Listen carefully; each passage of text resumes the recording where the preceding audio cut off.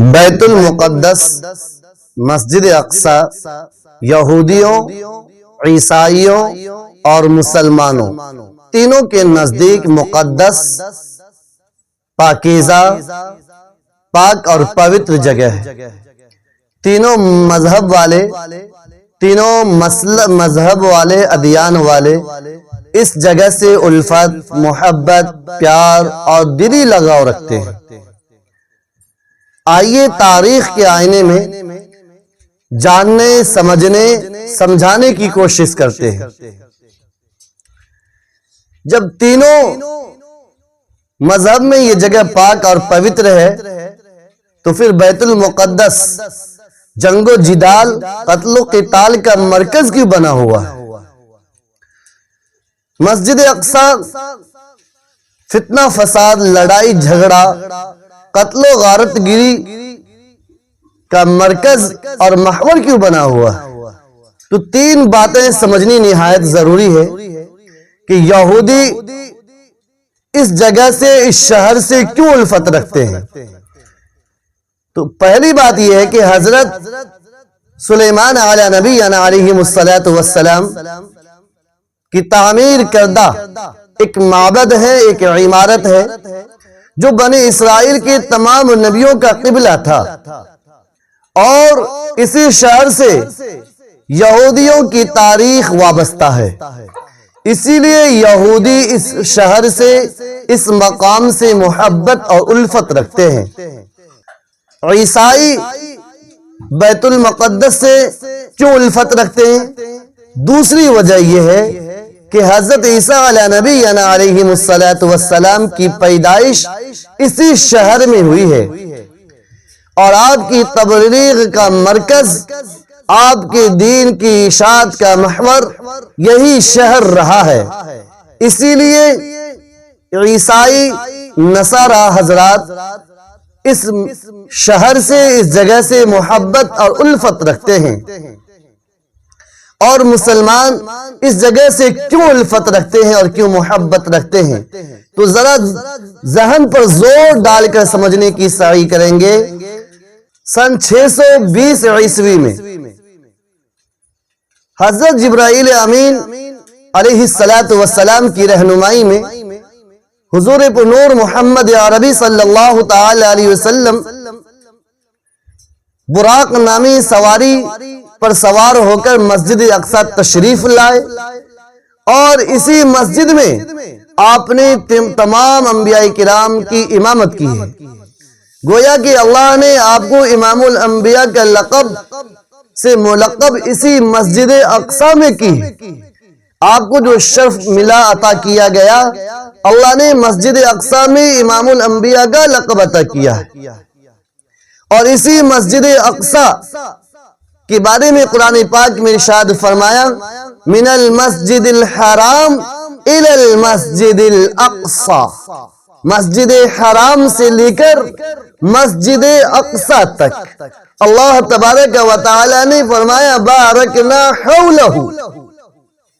یہ چپا، یہ خطہ وہ ہے جس میں برکتیں ہی برکت ہے، جس میں برکت ہی برکت ہے۔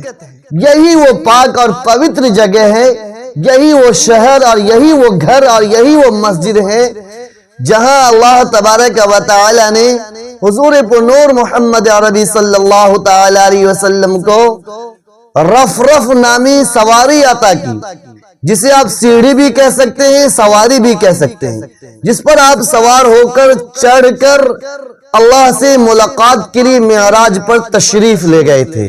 اللہ سے ملاقات کا شرف آپ کو ملا، اسی جگہ سے آپ بلندی معراج پر گئے ہیں۔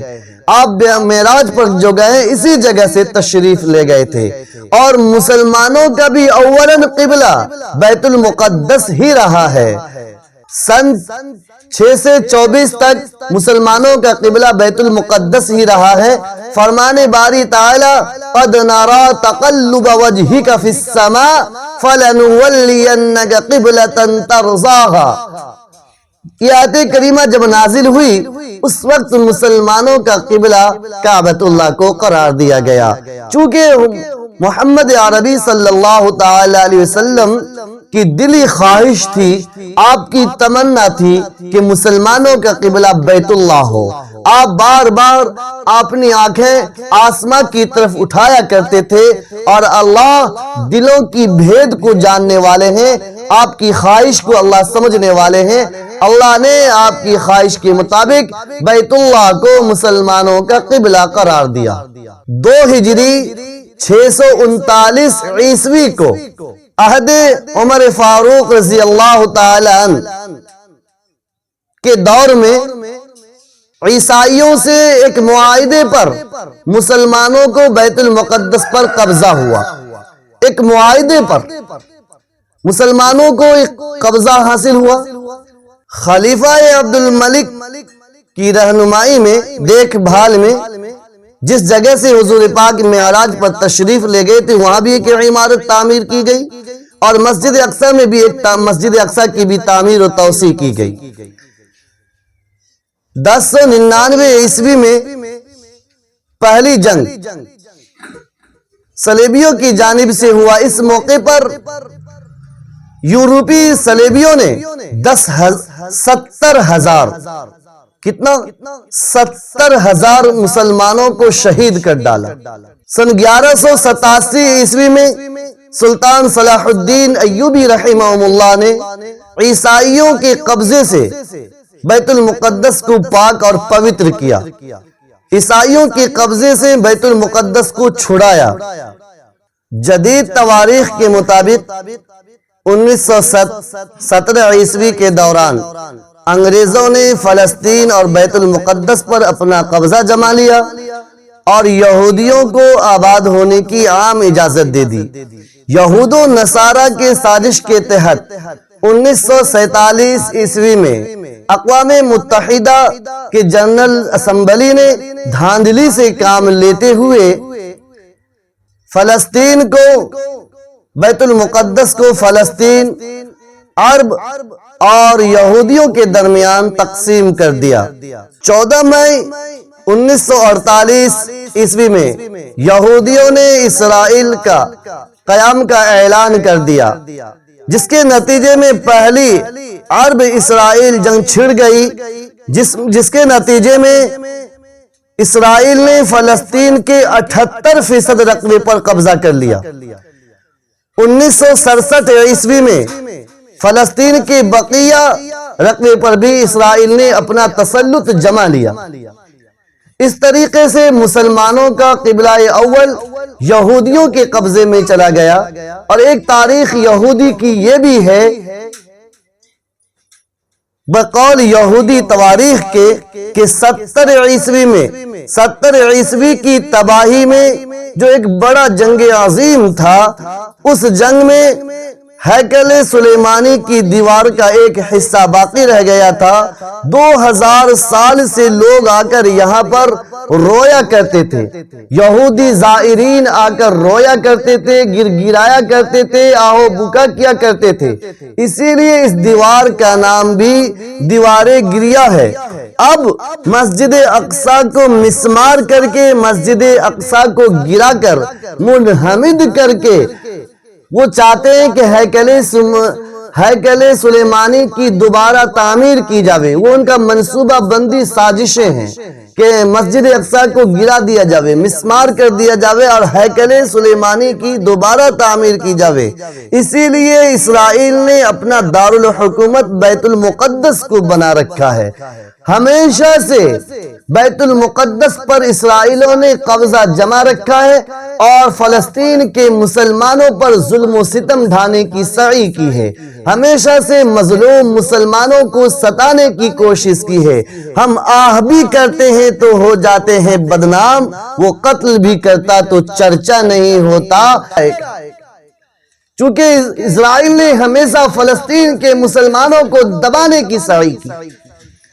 وہ مسلمان ہمارے جیسے مسلمان نہیں ہیں، فلسطین والے، ان کا ٹائم ہر وقت موبائلوں میں ضائع نہیں ہوتا۔ آج بھی اولین درجے کے مسلمان، آج کے دور کے مسلمان فلسطین کے مسلمان، آج بھی وہ شہادت کو ذوق شہادت سمجھ کر حصہ لیتے ہیں، شہادت پر خوش ہوتے ہیں۔ خوش نصیبی سمجھتے ہیں کہ مسجد اقصی کے لیے میں شہید ہونے جا رہا ہوں۔ ہمارے طریقے سے وہ بزدل نہیں ہے، ہمارا والا رویہ نہیں ہے۔ اس لیے